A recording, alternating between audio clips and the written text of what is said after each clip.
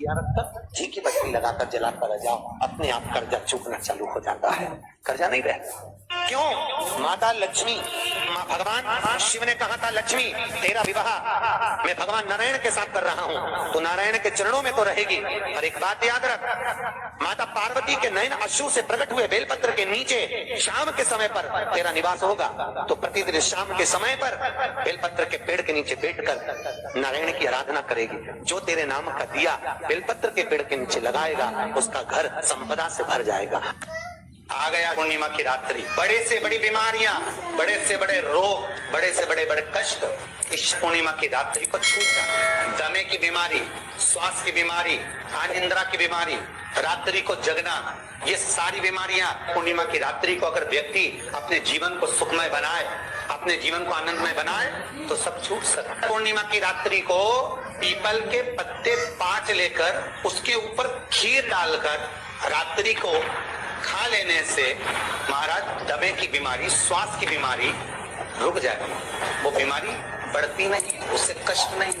जिन बच्चों के नेत्र कमजोर होते हैं, रोशनी कमजोर होती है, पूर्णिमा के दिन रात्रि को 12 बजे भगवान चंद्रदेव का दर्शन कराइए। 5 से 7 मिनट तक नयन मिलाए चंद्रदेव के साथ, और बाद में एक पीपल के पत्ते पर खीर जो चंद्र के नीचे रखी हुई है, उसी खीर को चटा दीजिए, फिर चंद्र का दर्शन कराओ। सभी ध्यान दें, इस बार 6 अक्टूबर सोमवार कोई साधारण दिन नहीं है। इस दिन शरद पूर्णिमा पड़ रही है। बस इस छोटे से उपाय को जरूर करें। शाम के समय एक गोल बाती लें, उसमें सरसों का तेल डालें और तुलसी माता के सामने दीपक जलाएं। फिर 12 बार AUM नमः शिवाय का जाप करें। देखना आपके सारे दुख दूर हो जाएंगे, घर में सुख शांति और समृद्धि आएगी। हर हर महादेव। हम आप लोगों से कहें, जितने आस्था चैनल पर कथा सुन रहे हैं, फेसबुक यूट्यूब पर कथा श्रवण करें, आपसे निवेदन करें, प्रयास करें।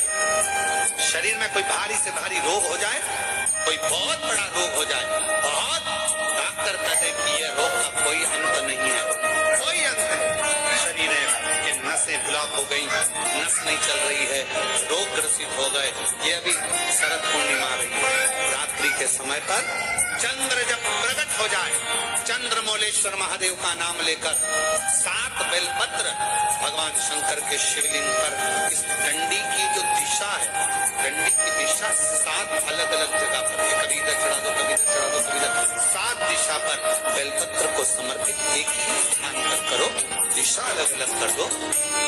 चंद्रमौलेश्वर का स्मरण कर थोड़ा सा दूर हाथ की उंगली में लगाकर शिवलिंग का स्पर्श करो, थोड़ा सा जल शंकर को समर्पित कर 7 बेलपत्र उठाकर लिया।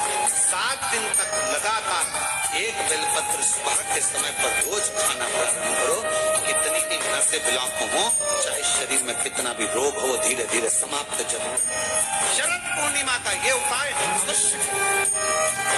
हम फिर कहेंगे डॉक्टर शिव का एक रूप है, डॉक्टर को दिखाओ मना नहीं है, डॉक्टर का इलाज कराओ मना नहीं है, डॉक्टर की जांचें कराओ मना नहीं है, और शंकर पर विश्वास कर शिव को अपना मानकर, अपने जैसे भगवान नंदी गुरु बनकर और गुरु बनकर आए और कहा कि आप बेलपत्र का स्पर्श करिए। स्पर्श करा, कपाल नीचे गिर गया, शिव जी का नाम कपालेश्वर महादेव। पूर्णिमा का जो व्रत है भगवान विष्णु का भी है तो शिव का भी है, दोनों से करते हैं।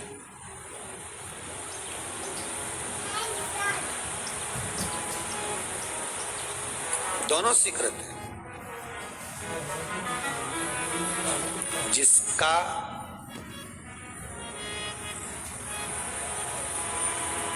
चंद्र आपकी पत्रिका में, आपकी राशि में, आपके स्वरूप में, हर व्यक्ति के संपूर्ण शरीर के अंदर 33 कोटि देवता विराजमान है। अलग अलग इंद्रियों पर अलग अलग देवताओं का निवास है। कभी मौका मिले तो अच्छे से उसको समझना। पूरे शरीर में अलग अलग इंद्रिय पर अलग अलग देवता है।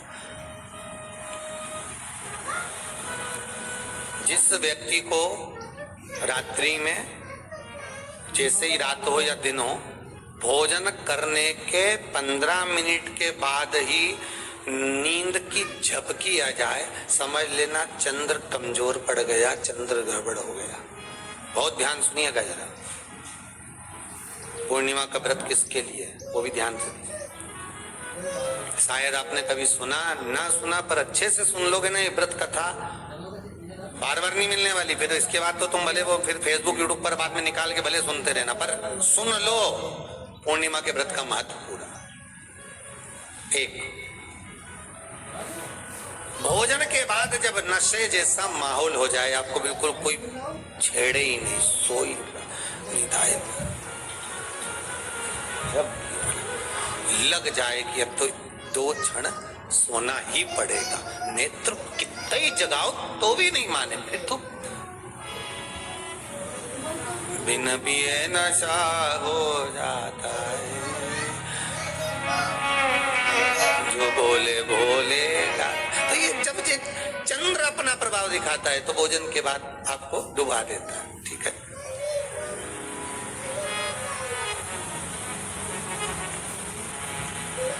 सुना होगा कि 14 और पूर्णिमा पे कहीं गया होगा, इसलिए ऐसा बोले। सुना है कि नहीं सुना?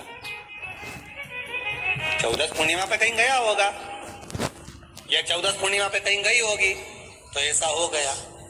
क्यों कहते हैं, उसका कारण क्या? आखिर बात 14 पूर्णिमा को क्यों लोगों ने बदनाम कर दिया कि 14 पूर्णिमा पे कहीं गई होगी तो बाल खोल के गई होगी, या ऐसा करा होगा तो वैसा करा होगा तो ऐसा हो गया, या ये चीज इसके साथ में ऐसा हो गया, या एक्सीडेंट हो गया, या ये चीज। कारण क्या होता है? क्यों पूर्णिमा और अमावस्या के समय पर ही ज्यादा एक्सीडेंट के योग बनते हैं? क्यों पूर्णिमा अमावस्या के अंतर्गत ही ज्यादा कष्ट के योग बनते हैं, बीमारी को पनपने के बाद? कारण क्या होता है? उसका क्रम क्या है? कारण क्या है? उसका एक कारण है आपके चंद्र की महत्वता घट जाना। जब चंद्र की महत्वता घटती है तब जाकर शरीर में कहीं ना कहीं रोग की मात्रा बढ़ जाती है। और रोग अपना प्रभाव चंद्र के कारण दिखाना प्रारंभ, पर मन में बेचैनी नहीं हो, बेचैनी रहे, नींद नहीं आ रही है, कुछ मन में ऐसा लग रहा है कि कुछ होने वाला है, मन में स्थिरता नहीं आ रही, समझ लेना कि चंद्र गड़बड़ हो गया है। अब इस चंद्र को साधना है तो शिव तत्व में जाना पड़ेगा। फिर कुछ मत करिए, पूर्णिमा का व्रत चालू कर दीजिए। क्या करना है? केवल पूर्णिमा का व्रत चालू कर दो। और कितना प्रभाव है पूर्णिमा के व्रत का? घर में 50 लोगों का परिवार है, 15 लोगों का परिवार है, 20 लोगों का परिवार है, और परिवार में से अगर एक पुरुष या एक स्त्री कोई भी पूर्णिमा का व्रत करता है तो पूरे परिवार के लोगों का चंद्र सवर जाता है, पूरे परिवार के लोगों का चंद्र सुधर जाता है। पूर्णिमा के व्रत का इतना प्रभाव शास्त्र कर रहा है, स्कंद पुराण कर रही है।